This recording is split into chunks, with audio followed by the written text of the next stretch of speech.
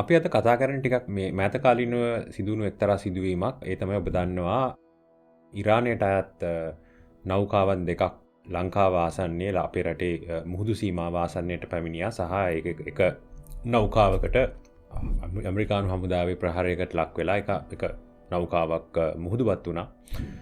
ඒකින් විශාල පිරිසක් මිය ගියා. යම් පිරිසක් ජීවිතුන් අතර හිටියා. අපි ඔවුන් ඉතුරුණු ජීවත් වුණු පිරිස ජීවිත බේරාගත පිරිස ඔවුන් බේරගෙන සුරක්ෂිතව අපේ රටට ගේන්න සමත් වුණා.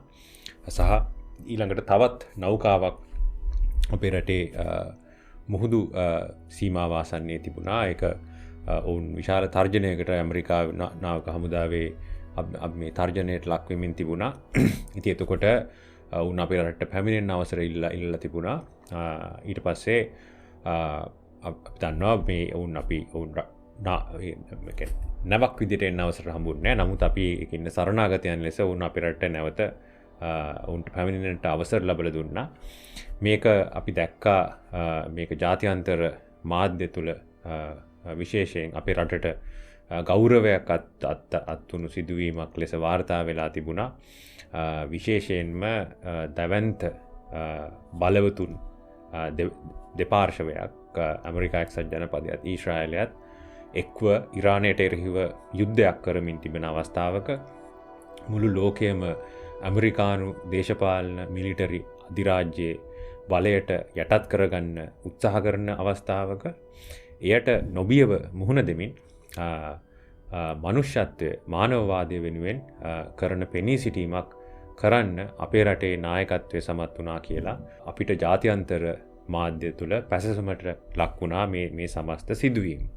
මේක අතර තවත් එක මේ ක්‍රියාවලියේ එක වැදගත් පියවරක් වුණේ අර ඇමරිකානු නාවික හමුදා ප්‍රහාරයෙන් මුහුදුබත් වුණු ඉරාන නෞකාවේ සිටි පිරිස අතරින් මියගිය පිරිස ඔවුන්ගේ සිරුරු නැවත ඔවුන්ගේ රටට රැගෙන යන්න මූලිකත්වය ගන්න අවසර ලබා දීමට අපේ රට සමත් වුණා. මෙන්න මේ කාරණය ගැන කෙටි අදහස් දැක්වීමක් මේක මූලික වශයෙන් දේශපාලන කරුණක් වුණත් අපි හිතනවා මේක අයිඩෝස් නාලිකාවේ සාකච්ඡා කළ යුතු වැදගත් මානයක් මේකේ තියෙනවා. ඇයි මේක විශාල දෙයක් වන්නේ? ඇයි අපි රටක් වශයෙන් ආඩම්බර විය යුත්තේ අපිට මෙහෙම දෙයක් සාර්ථක ලෙස කරන්න හැකියාවක් ලැබුණු එකට? මේකට ප්‍රධාන හේතුව තමයි මේ මරණය කියන එක මනුෂ්‍යත්වයේ සමග බැඳුණු කේන්ද්‍රීය අත්දැකීමක් වීම. අපි දන්නවා ඒක නිසාම මරණය කියන්නේ කුමක්ද කියන එක සම්බන්ධයෙන් දර්ශනීය විශාල ඓතිහාසික සංවාදයක් තියෙනවා. මේක සම්බන්ධයෙන් අපි මීට පෙරත් සාකච්ඡාවක් කරා. මරණයෙන් පසු සිදුවන්නේ කුමක්ද කියන ප්‍රශ්නය අපි පෙන්වේ දර්ශනය කොහොමද සම්ප්‍රදායික ආගමික නිරාගමික තෝරා ගැනීම් වලින් වෙනස් වෙන්නේ කියන එක. එතකොට මේකත් එක්ක බැඳුණු කේන්ද්‍රීය දෙයක් තමයි මේ මරණය නම් වූ අත්දැකීම සමග අපි ගනුදෙනු කරන්නේ කෙසේද කියන එක.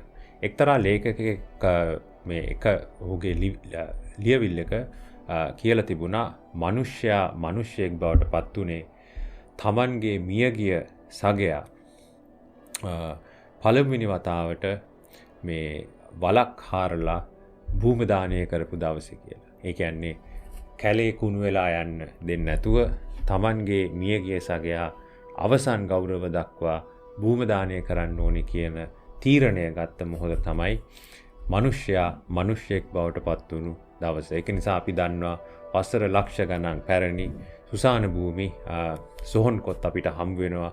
මේක මනුෂ්‍යත්වය හා බැඳුණු දීර්ඝ අත්දැකීමක්.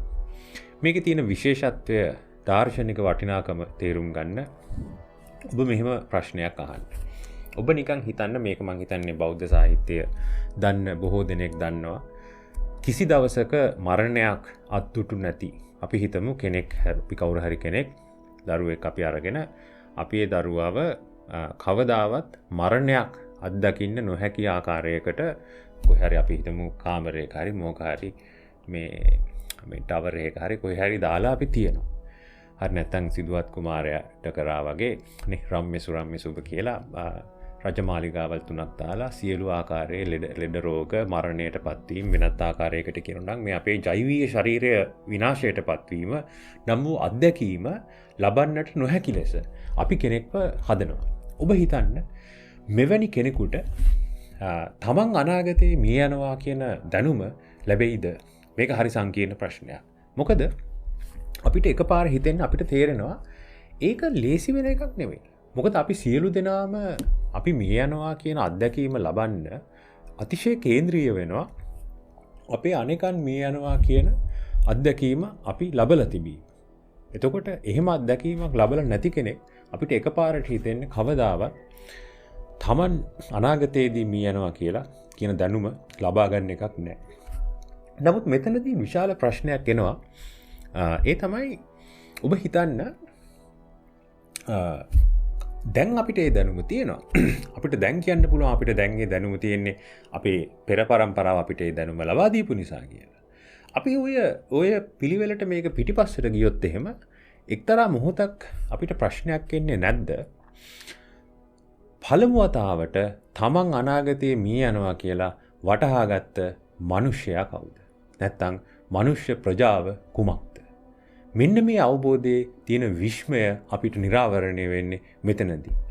පරම්පරාවෙන් පරම්පරාවට මේ දැනුම ආවා කියලා අපි කිව්වොත් එහෙම අපිට ප්‍රශ්නයක් එනවා. එහෙමනම් කොයි අවස්ථාවේදීද අපි මෙහෙම අතීතයෙන් මෙහෙම පරම්පරාවෙන් පරම්පරාවට ගියාම පළමු වරට තමන් අනාගතයේදී මිය යනවා කියලා දැනගන්න මිනිසයා කවුද? නැත්නම් මනුෂ්‍ය ප්‍රජාව කුමක්ද? ඒ දැනුම ඔවුන්ට ලැබුණේ කොහොමද?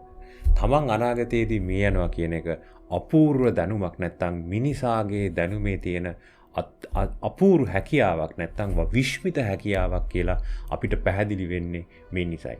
මේකෙන් අදහස් වෙන්නේ අර ප්‍රශ්නෙට මම උත්තරයක් දන්නවා කියන එක නෙමෙයි. නමුත් මට අවශ්‍ය උනේ මේකත් ඇවිල්ලා මේ සිතීම ඇති උනේ කොහොමද? භාෂාව ඇති උනේ කොහොමද? ආදී මේ කවදාවත් අපිට නිශ්චිත පිළිතුරු දෙන්න පුළුවන් වෙයි කියලා හිතා ගන්න බැරි මේ අద్භූත මනුෂ්‍ය හැකියාවන් අතර කේන්ද්‍රීය අද්විතීය හැකියාවක් තමයි තමන් අනාගතයේදී මිය යනවා කියන දැනුම මිනිසා සතු වීම. මේ ආකාරයේ දැනුමක් මරණය අත්දැකීම නැත්නම් මරණය තේරුම් ගැනීමේ හැකියාවක් තියෙන වෙනත් සතුන් ඉන්නවා කියන එක සම්බන්ධයෙන් සමකාලීන ජීව විද්‍යාවේ විවිධ පර්යේෂකයන් අපිට ඉඟි කරලා තියෙනවා. මේවා 100% තහවුරු කරන්න බැරි වුණත් නමුත් තමන් නියත වශයෙන් අනාගතයේදී මිය යනවා නැත්නම් මම ඒ කියන්නේ සමහරට සතෙක් තේරුම් ගන්න පුළුවන් මම ගොදුරක් වෙලා මම කොටියෙක්ට අහු වුණොත් මම මැරෙනවා නැත්තම් කියන එක සමහරට සතෙක්ට යම් කිසි විදියකට සවිඥානිකත්වයක් තියෙන්න පුළුවන්. නමුත් එවැනි අතුරු හානියක් කිසිම කරදරයක් නොවුනත් මම අනිවාර්යයෙන්ම වයසට ගිහිල්ලා අනාගතයේදී මිය යනවා කියන දැනුම සාමාන්‍යයෙන් අපිට තේරෙනවා මේක මිනිසා සතු විශිෂ්ට විශ්මිත හැකියාවක්. මේකත් එක්ක බැඳුණු දෙයක් තමයි මේ මරණයත් සමග ගනුදෙනු කරන්නේ කොහොමද කියන ප්‍රශ්නය. අපි කොහොමද මේ අපේ මියගිය සගයාට සමුදෙන්නේ? ඒ සගයා මේ මරණය නම් වූ අත්දැකීමේ මේ මරණය නම් වූ අවාසනාවන්ත ඉරණමේ ගොදුරක් බවට පත්වීම සමග අපි කොහොමද අනාගතයට මුහුණ දෙන්නේ? අපි කොහොමද එම බලාපොරොත්තු විරහිත බව සමග අපේ ජීවිතය ඉදිරියට ගෙනියන්නේ? මෙන්න මේක නිසා තමයි අපිට මරණ චාරිත්‍ර කියන මේ සුවිශේෂ ආකෘතික ප්‍රවේශය තියෙන්නේ. මරණයක ගනුදෙනු කරන්න මේක මනුෂ්‍යත්වයේ තරම් පැරණි වූ මනුෂ්‍යත්වයේ තරම් කේන්ද්‍රීය වූ අත්දැකීමක්. එම නිසා තමයි අපි හිතන්නේ මේ මියගිය මිනිසුන්ට ගෞරව කිරීමට ඔවුන් පිළිගන්න ආකාරයේ චාරිත්‍රානුකූල මරණයක් ලබා දීම වෙනුවෙන් කරන මැදිහත් වීම අතිශය වැදගත් එකක් කියලා මේ වගේ අපහසු වෙලාවක එවැනි මැදිහත් වීමක් කරන්න අපේ රට සමත් වීම මං හිතන්නේ අපි ආඩම්බර විය යුතු දෙයක්. එම නිසා අපි හිතුවා මේ අයිඩෝස් නාලිකාවේ මේක පසුපස තියෙන දාර්ශනික අර්ථය වටිනාකම සඳහා කෙටි පැහැදිලි කිරීමක් කරන එක ප්‍රයෝජනවත් කියලා. ඉතින් සාමාන්‍යයෙන් කියන විදිහට අයිඩෝස් නාලිකාව සබ්ස්ක්‍රයිබ් කරන්න. මේක හොඳ දෙයක් කියලා හිතනවා නම් මේක තවත් අය එක්ක බෙදා ගන්න. කමෙන්ට්ස් වලින් ඔබගේ ප්‍රශ්න යොමු කරන්න.